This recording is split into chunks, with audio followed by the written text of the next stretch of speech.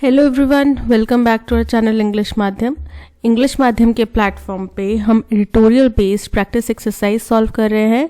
Start करते हैं आज का session with thought of the day, that is push yourself because no one else is going to do it for you. यानी कि आप अपने आप को ही मोटिवेट करो और खुद को ही आगे बढ़ने के लिए प्रेरित करो, बिकॉज हम एक ऐसे समाज में रह रहे हैं जहाँ लोग एक दूसरे की टांग खींच के नीचे उतारने पे ज़्यादा फोकस करते हैं। तो आप ये मत सोचिए कि कोई भी आएगा आपको मोटिवेट करेगा। और दूसरी चीज़, एक्सटर्नल मोटिवेशन जो है वो शॉर्ट लिव्ड होता है, वो थोड़े समय के लिए होता है। आपको इंटरनल्स अगर कोई मोटिवेशन मिले, आपके पास एक वाजिब अगर वाय होगा ना कि जो भी आप करना चाहते हैं वो आप क्यों करना चाहते हैं, क्या रीज़न है, और वो जो वाय है वो आपका मोटिवेशन होगा। तो सबसे पहले तो आप जो भी हासिल करना चाहते हैं ना, पहले उसका वाय ढूंढो कि मुझे ये क्यों करना है, क्या महत्व है इसका मेरे लिए, अगर ये मुझे नहीं मिला तो मैं क्या कर सकता हूँ।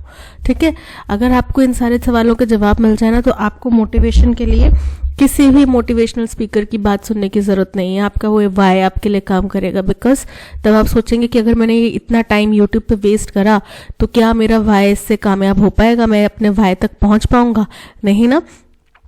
और जो एक बार समय चला गया, बीता हुआ समय, अगर आप उसका एक सेकंड भी वापस नहीं ला सकते तो उसको वेस्ट करने में हम इतने घंटों क्यों लगाते, राइट। तो स्टार्ट करते हैं इसी बात को ध्यान में रखते हुए। Reading comprehension and practice exercise for SSC CGL 2024। The Silkyara tunnel rescue is laudable. Laudable मतलब प्रशंसनीय। तो बोल रहे हैं जो सिल्कियारा में टनल रेस्क्यू किया गया, आपको पता है 17 दिन से वहां पे लोग फंसे हुए थे, मजदूर हमारे फंसे हुए थे, but the accident was preventable. बोल रहे ठीक है, जो टनल में रेस्क्यू का काम किया गया वो बहुत प्रशंसनीय है, बहुत काबिले तारीफ है, लेकिन ये बात भी उतनी ही सच है कि इस एक्सीडेंट को टाला जा सकता था। The 41 workers who were trapped for 17 days in the collapsed tunnel in Silkyara, Uttarakhand, were rescued after extensive efforts led by national disaster management authority. बोल रहे हैं 41 वर्कर्स जो थे वहां पे फंसे हुए थे 17 दिन से। जब कोलैप्स मतलब ढह जाना, जब सिल्कियारा टनल जो है वो ढह गया, और सिल्कियारा कहाँ पर है, उत्तराखंड में है, और इनको रेस्क्यू किया गया, बहुत ही कड़े प्रयास किए गए, बहुत ही एक्सटेंसिव वहां पे मेहनत करी गई, एक्सटेंसिव प्रयास किए गए, किसके द्वारा, नेशनल डिजास्टर मैनेजमेंट अथॉरिटी द्वारा। पर यह है कि केवल एक टीम नहीं थी, बहुत सारी टीम थी। स्टेट एनडीआरएफ की टीम थी, सेंट्रल एनडीआरएफ की टीम्स थी, तो बहुत सारी टीम्स थी। On November 28 evening, rescue personnel managed to breach the rocks that had collapsed around the workers. 28 नवंबर की शाम को जो रेस्क्यू कर रहे लोग थे उन्होंने रॉक्स को काट के उनके बीच में से रास्ता बना पाने में वो कामयाब हो पाए जो कि वर्कर्स के आसपास में ढहे हुए थे, एंड इवैक्यूएटेड देम, और फिर वहां से उनको बाहर निकाला गया। इन एंड ऑफ इटसेल्फ, अपनी तरह का एक लौता, द रेस्क्यू वॉज रिमार्केबल। ये अपने आप में ही ये रेस्क्यू बहुत रिमार्केबल था, बहुत उम्दा रेस्क्यू था, because of the resources mobilise to achieve it. और ये इसलिए रिमार्केबल नहीं था कि बहुत बड़ा रेस्क्यू ऑपरेशन था या कुछ, पर जिस तरीके से हमें जिस चीज की जरूरत पड़े रिसोर्स की, वो कहाँ कहाँ से लेके इमीडिएटली पहुंचाई जाए, तो ये जो रिसोर्सेज इसमें यूज की गई ना और उनको मोबिलाइज किया गया इधर से उधर, वो रिमार्केबल था, वो प्रशंसनीय था। Just a day after a part of the tunnel caved in मतलब ढहना, ठीक है, बस एक ही दिन हुआ था जब केव का कुछ जो हिस्सा है वो ढहा था। Officials were able to supply the trapped workers with oxygen and food। अब देखो, जब ये टनल है, ठीक है, इसकी ये दोनों पार्ट है, अब ये पूरा हिस्सा जैसे धस गया, यहाँ से ओपनिंग ये सारी बंद हो गई, तो यहाँ पे जो लोग फंसे हुए हैं उनको ऑक्सीजन का सप्लाई, खाने का supply, because you never know कि रेस्क्यू ऑपरेशन कितना लंबा चलेगा, और इसके ऊपर पूरी पहाड़ी है, ठीक है। तो अगर हम यहाँ पे छेद करते हैं, करने की कोशिश करते हैं, ड्रिलिंग करते हैं, तो पहाड़ी भी हिलेगी, वो डैमेज और ज्यादा हो सकता है कि वो पहाड़ी पूरी धसे, ठीक है। तो सबसे पहला उनका प्रायोरिटी था कि हम मजदूरों, क्योंकि ऑपरेशन लंबा चलेगा, पता चल गया कि इतनी बड़ी पहाड़ी है, इसको एकदम से छेड़ना, क्योंकि वो ढीली वैसे ही हो चुकी है, ठीक है, तो उसको एकदम से छेड़ना ठीक नहीं है, तो वो पहले उनको ऑक्सीजन और खाने की सप्लाई पहुंचाई गई, फिर उसके बाद सेफ्टी मेजर्स देखते हुए इसमें प्रयास किए गए, ठीक है। By November 16, an auger drill had been flown in from Delhi. Auger drill एक तरीके की ड्रिल होती है जिसमें आगे जैसे स्क्रू होता है ना, उसकी तरह की आगे शेप होती है जिसको आगे ड्रिल करने में काम किया जाता है। ठीक है, आपने पुराने ज़माने में के घरों में जैसे पुराने ज़माने के कोई मिस्त्री वगैरह होंगे उनको भी देखा होगा, पर ये शायद थोड़े बड़े टाइप की होगी। तो बोल रहे हैं 16 नवंबर को एक ऑगर ड्रिल जो है वो दिल्ली से मंगवाई गई, फिर उसको असेंबल किया गया और प्रेस्ड इनटू सर्विस मतलब उसको काम में लिया गया, वहाँ पे इस्तेमाल किया गया।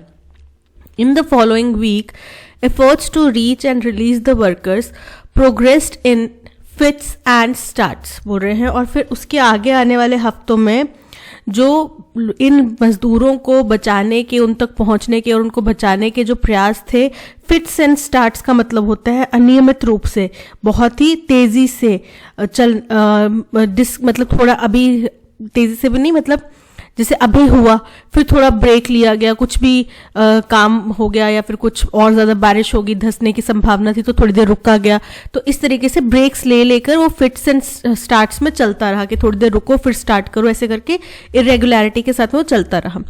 As officials at the site dealt with obstacles in the drill's path, अब क्योंकि आगे आने में कुछ ऑब्स्टिकल्स भी थे, कुछ परेशानियां भी आ रही थी, ज़मीन ऑलरेडी लूज थी और ज़्यादा धंसने की संभावना थी, तो जैसे जैसे वहाँ पे साइट पे वहाँ पे जो लोग थे, ऑफिशियल्स थे, अधिकारी थे, उनको और ज़्यादा ड्रिल के रास्ते में आने वाली परेशानियों के साथ में भी जूझना पड़ा था।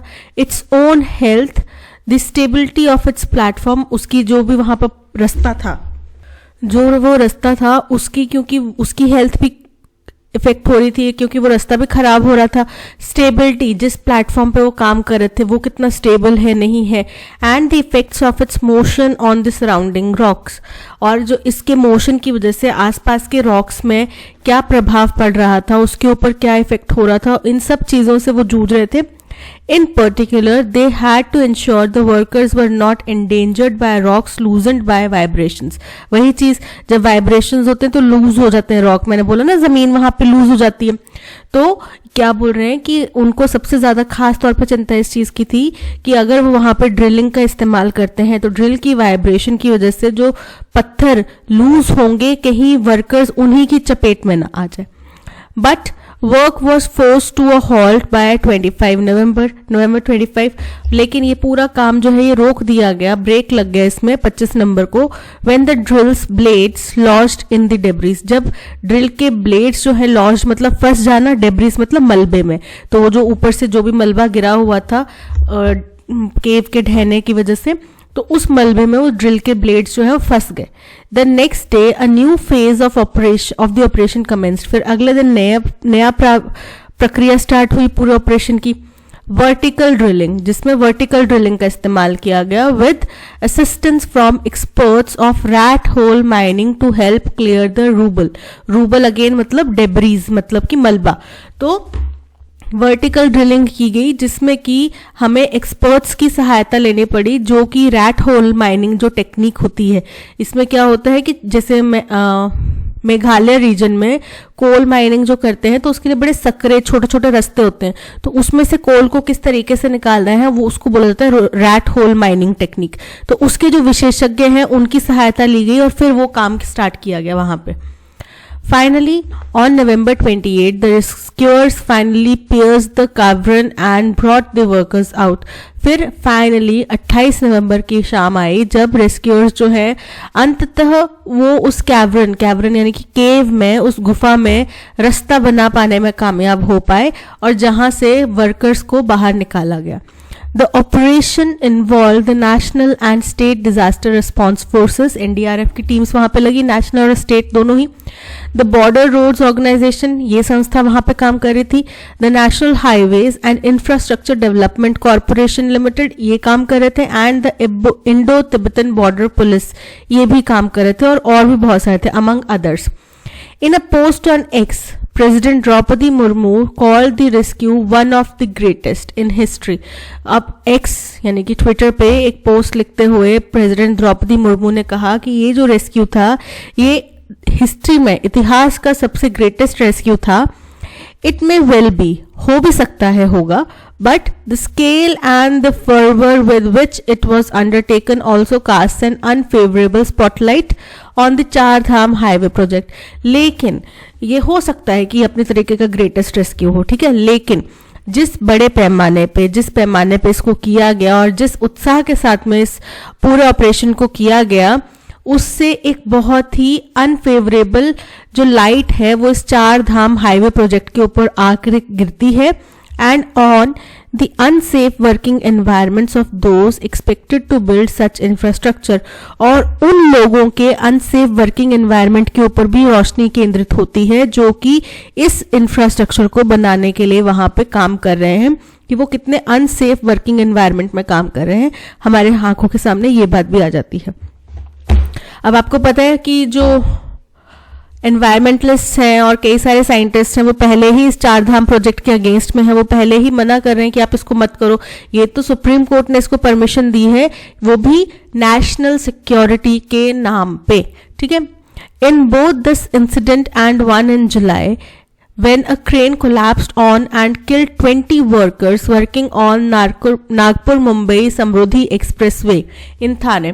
बोल रहे ये इंसिडेंट हो गया सिलकियारा रोड प्रोजेक्ट वाला, और दूसरा 1 जुलाई में एक घटना हुई थी जहां पे एक क्रेन जो है वो ढह गई थी जिसमें 20 लोगों की जान गई, जो कि नागपुर मुंबई समृद्धि एक्सप्रेसवे जो कि थाने में है वहां पे काम कर रहे थे।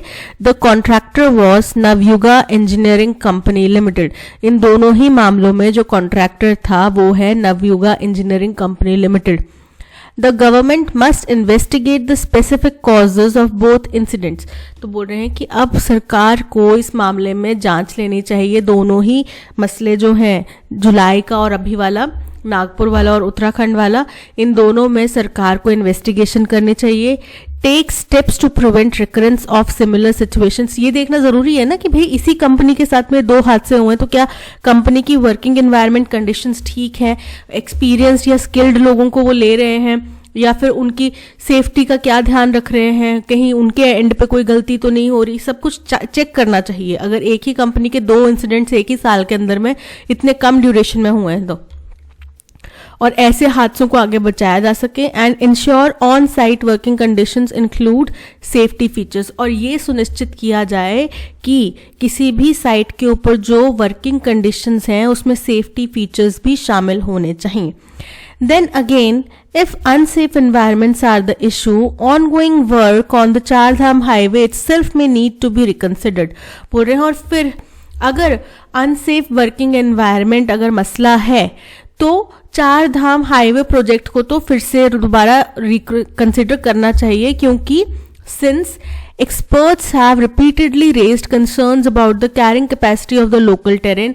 अब carrying capacity क्या होता है कि एक पर्टिकुलर रीजन है, ठीक है, इस पर्टिकुलर रीजन की कैपेसिटी है कि इसमें 400 लोग ही रह सकते हैं, इसमें 400 लोगों की आवागमन पे पहाड़ को कुछ डैमेज नहीं होएगा, एक सस्टेनेबल एनवायरमेंटल सस्टेनेबल इंफ्रास्ट्रक्चर वहां पे रहेगा, सस्टेनेबल तरीके से नेचर और ह्यूमन दोनों ग्रो करेंगे। लेकिन अगर इन 400 लोगों की बजाय हम एक ही टाइम पे यहाँ पे 4 लाख लोगों को ठूस दें तो वो इस सिस्टम की, इस पूरे एनवायरनमेंट की जो इकोलॉजी है उसको डैमेज कर देगा, क्योंकि उन 4 लाख लोगों के लिए खाना, पानी, फैसिलिटीज, हर चीज प्रोवाइड करने के लिए हमें वहां पे इंफ्रास्ट्रक्चर डेवलप करने पड़ेंगे और ये जगह जो है वो डैमेज हो जाएगी, ठीक है। तो उसको बोल देते हैं कैरिंग कैपेसिटी। तो बोल रहे हैं कि इन एक्सपर्ट्स ने बार बार इस जगह की लोकल टेरेन की कैरिंग कैपेसिटी को लेकर चिंता जाहिर करी है। And slope cutting activities defying geological wisdom, और स्लोप कटिंग की जो एक्टिविटीज हैं उसमें जो वहां का जियोलॉजिकल विजडम है कि अब आप देखेंगे अगर पहाड़ी लोग जो बॉर्न एंड ब्रॉट अप है वहां पे, जो हमारे पूर्वज हैं, उन्होंने जिस तरीके से बिल्डिंग डिजाइन करी होगी वहां पे, जिस तरीके से रॉक को काटने की प्रोसेस प्रक्रिया अपनाई होगी, अब हम शॉर्ट ट्रिक्स अपनाते हैं, मशीन्स का इस्तेमाल करते हैं, जिससे क्या हो रहा है, वाइब्रेशन ज्यादा हो रही है और वहां की मिट्टी, वहां के पत्थर जो है और ज्यादा लूज हो जा रहे हैं, ठीक है। तो इसमें क्या है कि जो जियोलॉजिकल वहां का ज्ञान है कि यहाँ पे ये जियोलॉजी है तो यहाँ पे इस तरीके का काम हमें करना चाहिए, उन चीजों को वो नजरअंदाज कर देते हैं, ठीक है। The rescue was certainly laudable, but if adequate attention is paid to workers and the highway's future users' safety, such operations may not be needed altogether. बोल रहे हैं कि रेस्क्यू ऑपरेशन तो ठीक है, प्रशंसनीय था, लेकिन अगर हम सही तरीके से सही मात्रा में काम करने वाले मजदूरों की सेफ्टी के ऊपर और उस हाईवे का फ्यूचर में जो यूज करने वाले लोग हैं उनकी सेफ्टी का ध्यान रखेंगे तो शायद ये ऑपरेशन करना ही नहीं पड़ता। क्योंकि अगर आपने उनकी सेफ्टी का, फ्यूचर यूजर्स का और वर्कर्स की सेफ्टी का ध्यान रखा होता तो आपने शायद कोई सेकेंडरी सोर्स वहां पे तैयार रखा होता कि अगर ऐसी स्थिति हो जाए तो हमें क्या करना चाहिए, बट ऐसा नहीं किया गया। दैट मीन्स आपने उन चीजों का ध्यान नहीं रखा। दैट्स ऑल, ये था पैसेज। आप एक बार इस पैसेज को रीड कर लो, ठीक है। हम 2 सेकेंड बाद फिर इसको स्टार्ट करते हैं, और बेस्ट होगा अगर आप PDF डाउनलोड कर लोगे तो, बट एक बार रीड कर लो।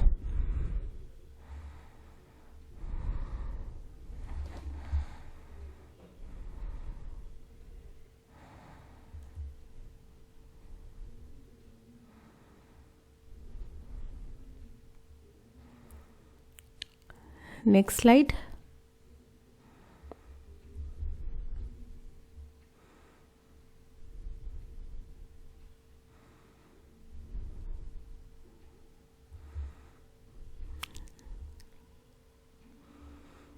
आप पॉज करके भी इसको देख सकते हो, ठीक है।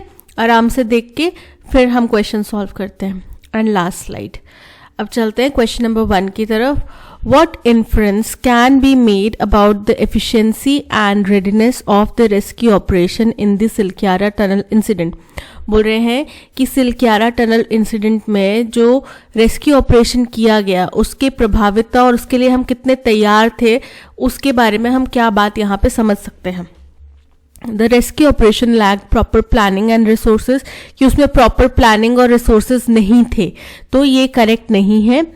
The efforts were delayed due to unforeseen technical difficulties, कि वहां पता नहीं कुछ टेक्निकल डिफिकल्टीज हुई इसलिए जो प्रयास है वो डिले हो गए, ऐसा भी नहीं है। The rescue operation was highly efficient, demonstrated by the quick provision of oxygen and food supply to the trapped workers. Food supply हो गया यहाँ पे, ठीक है।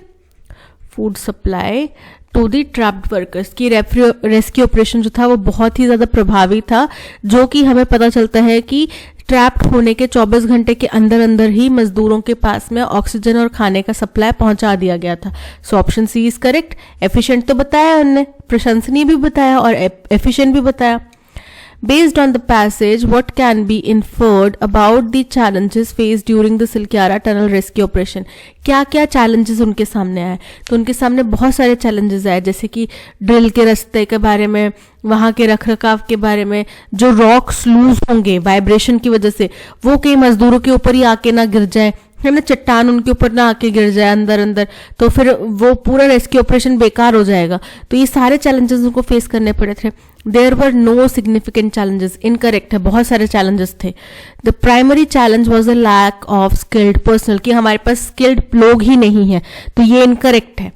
The operation faced multiple challenges, including managing the drill's path, its maintenance, and ensuring the safety of the workers from loosened rocks. Option C is correct. What is the underlying message of the passage regarding the चार धाम highway project? कि इस चार धाम highway project के लिए जो एक underline message है वो क्या है? वो यही है कि ये प्रोजेक्ट स्टार्ट नहीं करना चाहिए था, या हमें रिकंसिडर करना चाहिए अपने इस फैसले को, ठीक है। It is an exemplar of excellent engineering and safety practices, कि ये एक उदाहरण है, एग्जाम्पल है कि हम कितने एक्सीलेंट इंजीनियरिंग हमने की है और कितनी शानदार हमारी सेफ्टी प्रैक्टिसेस हैं जो हम इस्तेमाल करते हैं। इनकरेक्ट है, सेफ्टी प्रैक्टिसेस की कमी ही यहाँ पे दिखाई गई। There is a need to reconsider the project due to ongoing safety concerns. Option B is correct, कि इसको दोबारा सोचने के लिए पुनर्विचार करने की हमें जरूरत है। The Silkyara Tunnel rescue was notable for its scale and fervor. In the light of this incident and a similar one in July involving the collapse of a crane, what was the common contractor for both projects? तो कौन थे? Navayuga engineering company limited थी ना, चार धाम highway corporation ये नहीं थी, Navayuga engineering company limited. Option B is correct. Arrange the following events in the order they are mention in the passage. किस सीक्वेंस में पैसेज में ये घटनाक्रम हुआ है, हमें उस सीक्वेंस में इनको अरेंज करना है। President Droupadi Murmu's post on X, उनने एक्स पे पोस्ट करा। Concerns about the Char Dhams highway terrain capacity and slope cutting, ये हमने लास्ट पैराग्राफ में पढ़ा था, है ना, सेकंड लास्ट की लाइन थी कि एक्सपर्ट्स ने पहले ही यहाँ पे इसकी कैरिंग कैपेसिटी के ऊपर चिंता जाहिर करी है। The crane collapse on the Nagpur Mumbai Samriddhi express way, ये भी उनके पोस्ट करने के बाद की बात है ना। The governments need to investigate and ensure safety in the working condition, की गवर्नमेंट इनको इन्वेस्टिगेट करे। तो ये जब हमने बात करी कि वहां पे क्रेन कोलैप्स हुई थी, उसके बाद में बोला था कि दोनों मसलों के ऊपर, दोनों मामलों के ऊपर जांच करनी चाहिए सरकार को। तो सबसे पहले तो क्या हुआ कि द्रौपदी मुर्मू ने एक्स पे, हमारे प्रेसिडेंट श्री द्रौपदी मुर्मू ने एक्स पे पोस्ट करा, ठीक है। सेकंड हो गया कि चार धाम जो एक क्रेन कोलैप्स हुआ नागपुर में, ये हो गया सेकंड। थर्ड हो गया कि सरकार को इन दोनों मसलों की जांच करनी चाहिए। और फोर्थ हो गया कि कंसर्न तो एक्सपर्ट्स ने पहले ही जताए हैं, ठीक है। तो ACDB, ACDB option B is correct. What is the main theme of the passage? Passage की मेन थीम क्या है?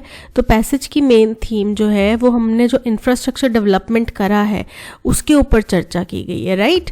तो चलिए देखते हैं the efficiency of rescue operations in India, कि हिंदुस्तान में कितने प्रभावशाली ढंग से रेस्क्यू ऑपरेशंस किए जाते हैं।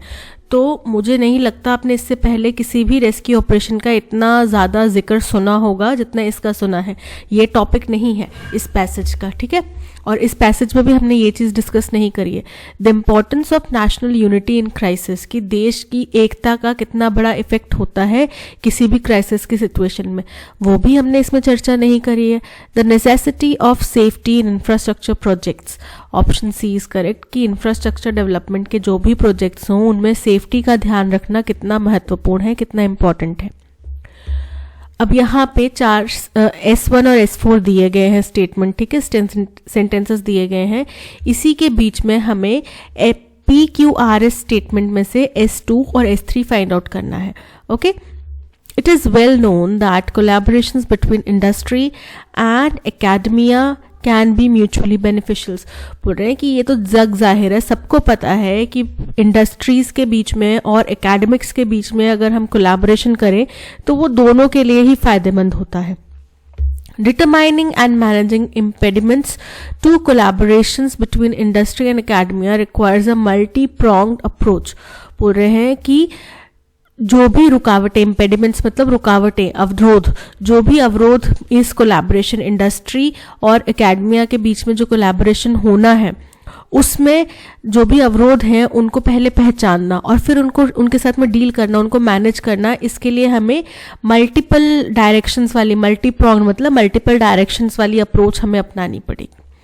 Merely posing expertise in a particular field is not enough to be an intellectual, कि किसी पर्टिकुलर फील्ड में आपके पास में बहुत ज़्यादा ज्ञान हो तो आप उस एक पर्टिकुलर फील्ड के ज्ञान की वजह से आप इंटेलेक्चुअल नहीं कहलाए जाएंगे, आध्यात्मिक नहीं कहलाए जाएंगे।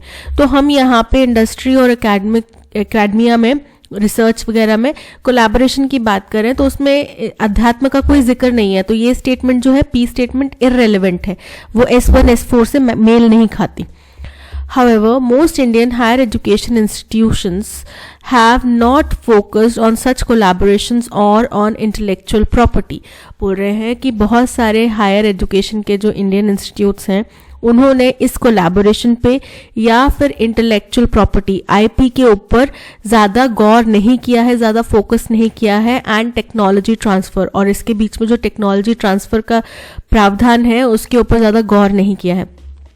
तो ये हमारा इंडस्ट्री और एजुकेशन एकेडमिया जो हम बोल रहे हैं उसके ऊपर फोकस कर रहा है। तो Q स्टेटमेंट हमारा S2 स्टेटमेंट से मैच कर रहा है, ठीक है। Chinese leader Xi Jinping orders greater protection for foreign companies' rights and intellectual property। अब यहाँ पे चलो S2 स्टेटमेंट से हमें समझ में आता है कि IP यहाँ पे समझ में आ रहा है, लेकिन यहाँ पे चाइनीज प्रेसिडेंट जी जिनपिंग का नाम लेना क्या जरूरी था? उन्होंने ऐसा क्या किया काम जो हमें यहाँ पे जिक्र करने की बात आ रही है? वो हमारे इंडियन एजुकेशन सिस्टम के साथ में तो जा नहीं रहा ना, तो ये इनकरेक्ट हो गया, इररिलेवेंट स्टेटमेंट है। While universities conduct and encourage basic research, तो ये उसी को आगे कर रहे हैं कि बहुत सारे हिंदुस्तानी एजुकेशन इंस्टीट्यूट्स हैं वो इसको ऊपर फोकस नहीं करते, क्योंकि यूनिवर्सिटीज जो हैं वो बेसिक रिसर्च को तो बढ़ावा देती हैं. Many of them do not capitalize on the same research by commercializing their IP. लेकिन उनमें से ज़्यादातर जो है उसमें रिसर्च में अगर कुछ नई चीज़ आई है तो उसका इंटेलेक्चुअल प्रॉपर्टी क्या होता है, बेसिकली एक काइंड ऑफ पेटेंटिंग का, या फिर जो आपने रिसर्च करा है उस काम को आप अपना बता सके, उसको कैपिटलाइज कर सके, उस तरफ ध्यान नहीं देते हैं. They miss out on likely gains from patents, licensing और startup companies. तो इसके ज़रिए, पेटेंट्स के ज़रिए, लाइसेंसिंग के ज़रिए, स्टार्टअप कंपनीज के ज़रिए जो उनको अपॉर्चुनिटीज़ मिल सकती हैं, जो उनको प्रॉफिट्स हो सकता है, वो खो देते हैं, क्योंकि वो इसके ऊपर ध्यान ही नहीं देते ज़्यादा. ठीक है, वो बेसिक रिसर्च को तो बढ़ावा देते हैं, पर इतनी इस लेवल की रिसर्च को बढ़ावा नहीं देते, प्रोत्साहन नहीं देते कि हम उसके ऊपर पेटेंट्स करा पाए. अगर किसी ने कर भी लिया, कुछ ऐसी रिसर्च कर भी ली, तो उसके ऊपर पेटेंट्स वगैरह कराते ही नहीं. तो ये हो गया हमारा S3 स्टेटमेंट, यानी कि Q और S जो है रेलेवेंट है, P और R जो है वो रेलेवेंट नहीं है. P रेलेवेंट नहीं है, PR रेलेवेंट नहीं है, PS रेलेवेंट नहीं है, Q and S option D is correct. It was revealed that nearly 70 lakh mobile phone connections involved in cybercrime and financial fraud have been disconnected so far. बोल रहे हैं ये सामने आया है, पता चला है कि 70 लाख मोबाइल फ़ोन कनेक्शंस जो कि साइबर क्राइम्स और फाइनेंशियल फ्रॉड्स होता है ना, बेटे आपके पापा ने मुझे बोला आपके अकाउंट में पैसे जमा कराने के लिए, ओहो गलती से मैंने 30,000 डाल दिए, 20,000 डालने थे, आप वापस मेरे को 10,000 कर दो. राइट, आपके पास भी आए होंगे कई बार फ़ोन, मेरे पास तो बहुत बार ये फ़ोन आ चुका है. और मैं तो अब उनको बोलती हूँ कि अंकल आप नंबर तो प्लीज़ अपने डेटा सिस्टम में चेक कर लो, आप एक ही नंबर पे कितने बार कॉल करते हो. तो जो 70 लाख मोबाइल फ़ोन कनेक्शंस इसमें इन्वॉल्व किए गए साइबर क्राइम और फाइनेंशियल फ्रॉड्स में, वो अब डिस्कनेक्ट हो चुके हैं. A sum of ₹900 crore lost by 3.5 lakh victims has been recovered. Total 900 crore का जो अभी तक पैसा 3.5 लाख लोगों द्वारा गवाया गया, वो रिकवर कर लिया गया है. Widespread user awareness about cyber fraud and improved multi agency coordination emerged as the core elements of the strategy to tackle the menace. बोल रहे हैं कि ये पूरा जो भी चीज़ें खराब हुई हैं, ये जो पूरे जो भी घटनाक्रम है, इसके लिए क्या कि इससे डील करने के लिए क्या किया गया, लोगों को जागरूक किया गया, अवेयर किया गया कि भाई साइबर फ्रॉड किस तरीके से हो रहे हैं, किस तरीके से आपके कॉल पे वो लोग OTP भेज के, आप एड्स वगैरह भी देखते होंगे, कई सारे यूट्यूबर्स भी इसके ऊपर काम कर रहे हैं. ठीक है, तो इससे क्या हुआ, मल्टी एजेंसी, यानी कि केवल एक एजेंसी का काम नहीं है, बहुत सारे लोगों का इसमें हाथ है कि उनने काम किया और जो कोर एलिमेंट और उनकी स्ट्रैटेजी वगैरह थी उसको डील करा इसके साथ में. The discussions at a meeting convened recently by the Center on issues related to financial cyber security. एक डिस्कशन हुई, एक मीटिंग हुई, उसमें डिस्कशन हुई किसके बारे में, जो केंद्र है, किसका, बाय द सेंटर, नहीं सेंटर द्वारा, यानी कि केंद्र सरकार द्वारा किस इशू के ऊपर, financial cyber security and digital payment fraud left no one in doubt about the enormity of the challenge at hand. तो इस डिस्कशन के बाद में किसी को भी ये डाउट नहीं रह गया कि ये कितना बड़ा चैलेंज है हमारे सामने. तो ये हमारा ओपनिंग स्टेटमेंट होगा, क्योंकि यहाँ पे एक मीटिंग का जिक्र करा गया. ठीक है, एक मीटिंग हुई केंद्र सरकार द्वारा, वहां पे इस सब चीज़ों को डिस्कस किया गया. तो हमें यहाँ पे इंट्रोडक्शन मिला financial cyber security, digital payment frauds, इनके बारे में. तो हम समझ गए कि हमारा सारा पैच जो है वो इसी के ऊपर होने वाला है. तो C हमारा होगा फर्स्ट स्टेटमेंट. अब देखो ऑप्शंस में, देखो ये B से स्टार्ट है, ये C से स्टार्ट है, ये B से स्टार्ट है, ये A से स्टार्ट है. तो C से स्टार्ट होने वाला केवल एक ही ऑप्शन है B. सो ऑप्शन B हमारा करेक्ट है.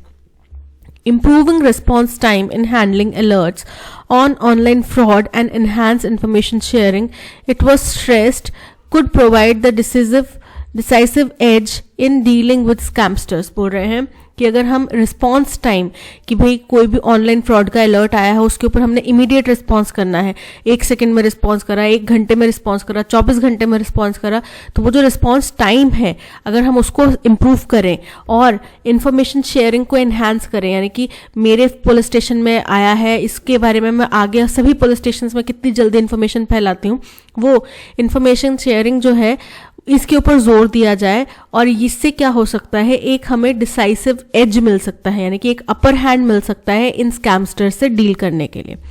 तो सी हमारा फर्स्ट स्टेटमेंट हुआ। इसी मीटिंग में डिस्क्लोज किया गया कि 70 लाख मोबाइल फोन्स जो इस फ्रॉड में यूज किए गए वो अब डीएक्टिवेट हो चुके हैं, डिस्कनेक्टेड हैं, और 900 करोड़ रुपया जो है वो अभी तक रिकवर किया जा चुका है।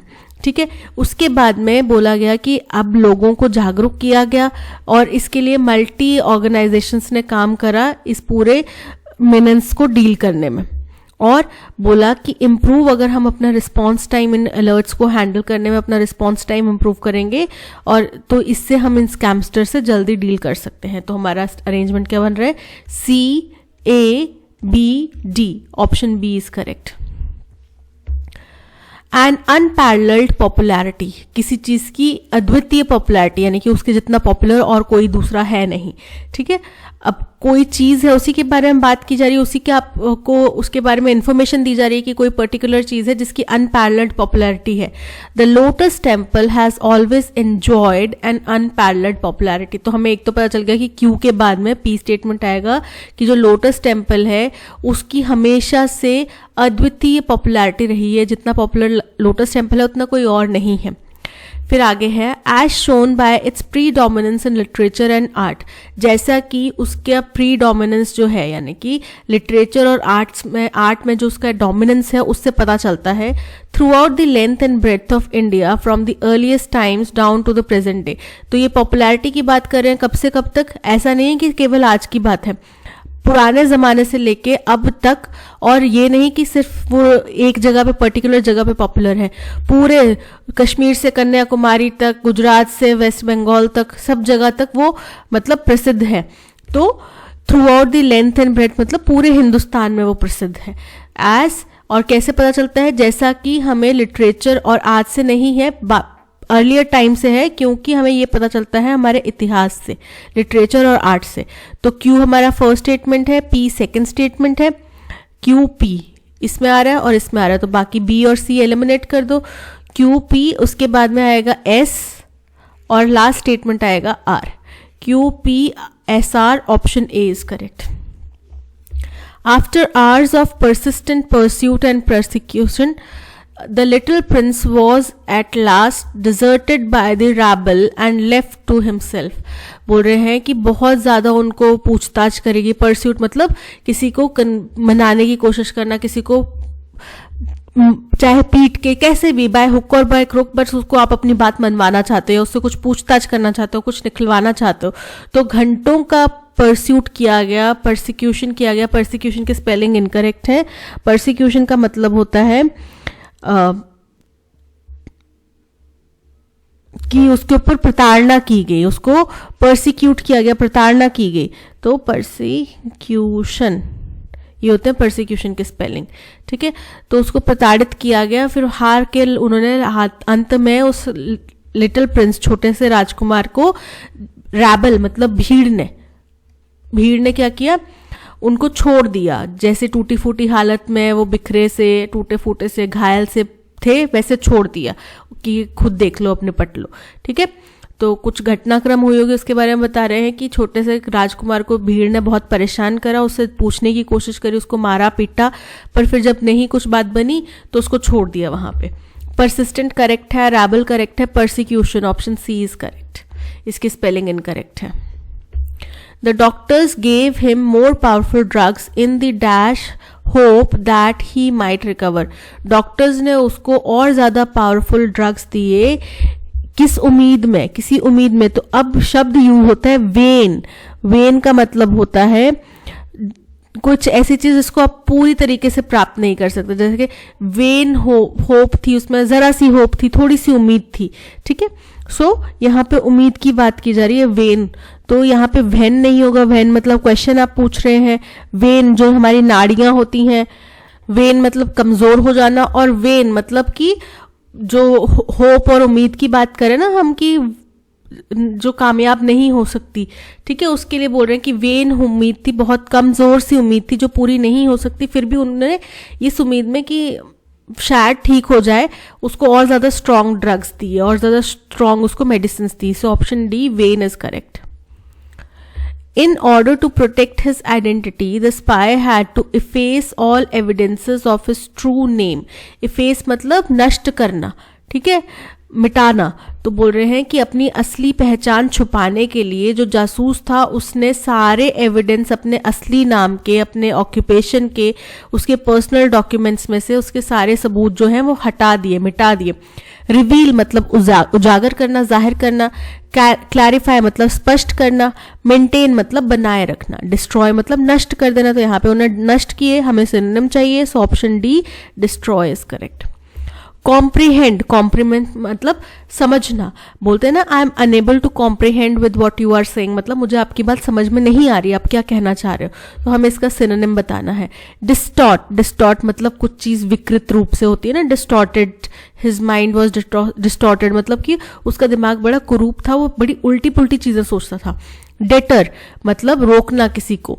एसिमिलेट, एसिमिलेट मतलब समझना, अंडरस्टैंड करना, ठीक है। कॉम्प्लेक्स मतलब जटिल, तो यहाँ पे option C assimilate is correct. Suman has bought a black and a white shawl to wear with her new dress, तो उसने अपने न्यू ड्रेस के साथ में पहनने के लिए एक ब्लैक एंड व्हाइट शॉल खरीदी थी, ना कि अ ब्लैक एंड अ व्हाइट, यानी कि दो शॉल हो गई है, तो कि एक काले रंग की शॉल खरीदी, एक सफेद रंग की शॉल खरीदी, लेकिन उसने एक ब्लैक एंड व्हाइट शॉल खरीदी है, ब्लैक एंड व्हाइट कलर की शॉल खरीदी है, ठीक है। To wear with her new dress, a black and a white की बजाय क्या होगा, a black and white, so option C is correct. Like a cat on a hot tin roof, अब ये एक इडियम गिवन है, इसका मतलब होता है कि बड़ी, आप खुद सोचो कि एक गर्म सी टिन की रूफ है, उसके ऊपर अगर आप बिल्ली को खड़ा कर दोगे तो क्या करेगी, इधर से उधर भागेगी। तो मतलब आप अगर कभी बड़े परेशान होंगे, बड़ी चिंता में होंगे, तो आप क्या करेंगे, व्याकुलता से क्या करेंगे, इधर उधर चहलकदमी। मूवीज में दिखाया जाता है कि कोई परेशान होता है इधर उधर टहल रहा होता है। So that is like a cat on a hot tin roof. Studying very hard, no. Being lazy, no. Being in a state of agitation, correct, कि आप व्याकुलता की, परेशानी की स्टेट में है, गुस्से की स्टेट में है, so being in a state of agitation. Most of the people say that some people fight for the cause but most of them don't support it. बोल रहे कई लोग ऐसा कहते हैं कि कुछ लोग किसी कॉज के लिए लड़ाई तो करते हैं लेकिन ज्यादातर लोग उनका सपोर्ट नहीं करते। अब इसके लिए हमें एक अप्रोप्रिएट ईडियम चूज करना है। Are out of frying pan on to the fire. Are out of frying pan on to the fire का मतलब होता है आसमान से गिरे खजूर में अटके, right. Spare the rod and spoil the child, जिसका मतलब होता है कि बच्चे को ज्यादा प्यार करके बिगाड़ दो। इसका एक और भी है, beat the child and spoil the rod, यानी कि मारपीट करके बच्चा बिगड़ जाता है, ज्यादा लाड प्यार से बिगड़ जाता है। पे ओनली लिप सर्विस, यानी कि केवल जुबान में या बनावटी हमदर्दी रखते हैं, असल में आपके साथ कोई नहीं चलेगा। बोलते हैं ना कि तुम संघर्ष करो हम तुम्हारे साथ हैं, बट जब आप संघर्ष करते हैं और पीछे मुड़ के देखते हो तो आपके साथ कोई भी नहीं होता। That is pay only lip service, so option C is correct. Mind their p's and q's, इसका मतलब होता है सावधान और एकदम चैतन्य रहना, चौकन्ने रहना। The Greeks are considered to be a courageous race valuing the knowledge, beauty and wisdom. Wisdom के spelling incorrect है, VISDOM, ठीक है। wisdom मतलब ज्ञान। तो बोल रहे हैं ग्रीक्स जो हैं उनको माना जाता है कि वो बहुत करेजियस, बहुत बहादुर रेस है, बहुत बहादुर नस्ल है, जो कि ज्ञान का, खूबसूरती का और विजडम, अगेन नॉलेज मतलब जो आप सीखते हैं चीजों से, और विजडम मतलब ज्ञान, जो दिमागी ज्ञान होता है ना, कुछ लोग बड़ी बड़ी बातें करते हैं, घुमा फिरा के विजडम की बातें करते हैं, वो इन सब का भंडार होता है। तो ऑप्शन ए विजडम के स्पेलिंग इनकरेक्ट है। द थ्योरी और फिलॉसफी ऑफ लॉ, लॉ से रिलेटेड कुछ चीजें हैं। ज्यूरिसडिक्शन क्या मतलब होता है, लॉ से रिलेटेड। तो ज्यूरी क्या होता है, लॉ से रिलेटेड। तो हमें यहाँ पे बोल रहा है कि वो थ्योरी या फिलॉसफी जो लॉ की हो उसको बोला जाता है jurisprudence. Option A is correct. Pacifism मतलब अहिंसावादी। कॉस्मोलॉजी मतलब कि ब्रह्मांड का जो नॉलेज होता है उसको, और फिलिया मतलब कि मित्रता। So option A jurisprudence is correct. Animals specially on a farm regarded as an asset, कोई भी जानवर जो आपके पशु पालन का हिस्सा हो जो आपके लिए एक कमाई का साधन हो उसको बोला जाता है लाइव स्टॉक। लाइव मतलब जीवित, स्टॉक स्टॉक मार्केट से समझ लो समझने के लिए, ठीक है, कि स्टॉक मार्केट मतलब आप क्या है, पैसा लगा रहे हैं, इन्वेस्ट कर रहे हैं और वो आपकी क्या है, एक एसेट है। सो option D livestock is correct. Levied, levied का मतलब होता है बहुत नाराज। लिवरी स्टेबल, इसका मतलब होता है जहां पे घोड़ों वगैरह को रखा जाता है, ठीक है। लाइवलीहुड, लाइवलीहुड मतलब कि आपका जो जीवन यापन करने के लिए आप कमाई करते हैं ना, जो आपका रोजगार होता है उसको बोलते हैं लाइवलीहुड। तो option D livestock is correct. Tall promises were being made by each candidate. अब एक्टिव वॉइस में कन्वर्ट करें तो ईच कैंडिडेट हमारा है subject, promises, promises were made, were being made हमारा है वर्ब, और क्या किया जा रहा था, टॉल प्रोमिसेस, ये क्या है, हमारे ऑब्जेक्ट। तो ईच कैंडिडेट, वर बीइंग मेड है ना, तो कंटिन्यूस फॉर्म में है, तो कैंडिडेट क्या हो जाएगा, हर एक कैंडिडेट, यानी कि यहाँ पे इंडिविजुअल पर्सन की बात की जा रही है तो was making tall promises. Each candidate made tall promises, past की बात नहीं है। ईच कैंडिडेट कैन मेक, कर सकता है, इनकरेक्ट है। Each candidate has made, past नहीं है। Each candidate was making tall promises, option D is correct. As I dashed the stream and began climbing the hill, तो जैसे मैंने स्ट्रीम पार करी, हो सकता है as I crossed the stream, और जैसे ही मैं पहाड़ी चढ़ने लगा, the grunting and chattering increased, तो वहां पे जो चहल पहल की आवाज थी, चिड़चिड़ की आवाज थी, वो बढ़ने लगी। As though the langurs were trying to warn me of some hidden danger, ऐसा लग रहा था जैसे लंगूर जो थे वहां पे वो मेरे को किसी छुपे हुए खतरे के बारे में आगाह कर रहे थे।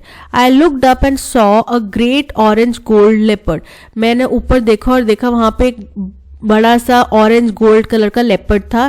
स्लीक एंड स्पॉटेड, पतला छर्रा सा और उसके ऊपर स्पॉट्स बने हुए थे। Dash on a rock about 20 feet away from me, तो वो शायद बैठा होगा या खड़ा होगा एक पत्थर के ऊपर, मुझसे कम से कम 20 फुट की दूरी पे था। The leopard looked at me once, उसने मेरी तरफ एक बार देखा। Briefly and with an air of disdain, थोड़े से समय के लिए, थोड़ी सी देर के लिए उसने मेरी तरफ देखा, बस एक झलक देखा। और with an air of disdain का मतलब होता है कि इस तरीके से देखा जैसे वो मुझसे सुपीरियर है। होता है ना कुछ एरोगेंट से डॉग्स, जो बड़े पालतू काइंड भी होते हैं, वो भी बड़े एरोगेंट से बैठे रहते हैं, वो आपकी तरफ नजर भी नहीं देखते, ऐसा लगता है कि आपको इग्नोर मारे, that you do not deserve their attention at all. And then sprang into the dense thicket, और फिर वो झाड़ियों में चला गया, घने जंगल में चला गया। Making dash no sound as it melted into the shadows, और जैसे वो अपने, जैसे उसकी परछाई भी गुम हो गई, परछाई भी दूर चली गई, ऐसा उसने बिल्कुल भी कोई आवाज नहीं करी वहां पे। I had dashed the leopard in his quest for food, ऐसा लग रहा था कि वो अपने खाने की तलाश में था, खाने की सर्च में था, और मैंने उसको शायद डिस्टर्ब कर दिया।